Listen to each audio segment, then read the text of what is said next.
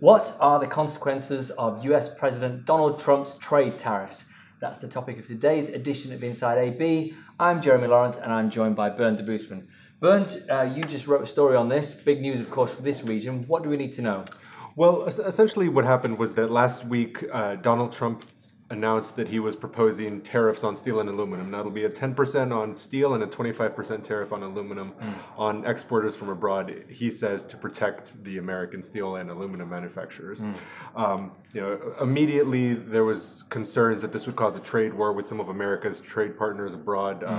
For example, in Europe, they said they'd consider retaliatory measures against jeans and Harley Davidsons, for example. So far, that hasn't happened, but it's caused quite a significant backlash, both domestically and abroad, not only in Europe, but in China and in the Middle East. Okay. So let's get specific, though. What are UAE exporters? Because we do have steel and aluminium in quite significant quantities exported out and to the US. So what are they saying? Well, they haven't said a whole lot, but what they have said is that, generally they'll be able to weather the challenges posed by this tariff. For example, Emirates Global Aluminium, which is the world's largest aluminium company, they said they're ready to face whatever market conditions may arise. And Emirates Steel, which exports about 5% of its exports to the US, they said there would be some effect, but then again, they also have a very large customer base in a lot of countries. And both of those companies posted really strong financial results for 2017. So that suggests that whatever the challenges may be, it won't be catastrophic for them at all. At the end of the day, for example, for steel, it's about 290,000 tons of steel has come from the UAE to the US out of 32 million tons. So wow. It's a lot of steel. It is a lot of steel. So as we all know, this is quite a lot about politics and not really economics, isn't it?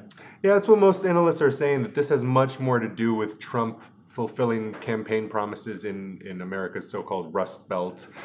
There's a lot of towns in America that were once famous for steel manufacturing. They're since fallen into kind of disrepair, I guess you could say.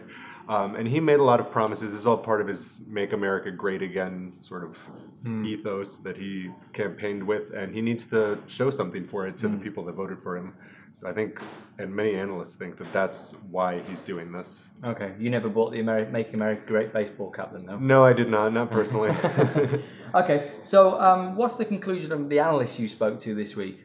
Well, Danny Sebright here, who's the head of the US-UAE Business Council, which is based in Washington, D.C., he and a lot of other analysts have said that at the end of the day, the American consumer and American companies that need steel and aluminum are going to be the ones that suffer. Interestingly, he also made the point that Emirates Global Aluminium produces a very high-grade aluminum that is used in fighter aircraft and in aircraft in general. And even the Department of Defense has weighed in to say that we need this. So at the end of the day, that's not good for America's national security either, nor its economics. And it's important to note that this isn't the first time someone's tried this. George W. Bush tried a steel tariff, which only lasted a few months, and it didn't end well. Jobs were lost, there were delays, costs went up, and I think it only lasted about 3 or 4 months in 2002. So, I think most analysts are now saying that that's likely to happen if this goes through as Donald Trump has said it would. Okay, and in the meantime, the UAE steel and aluminium producers are just carrying on business as normal. Yeah, and they'll be fine in the long run. I mean, they have a very strong customer base outside of the U.S. as well, even if that's an important market. Okay, great.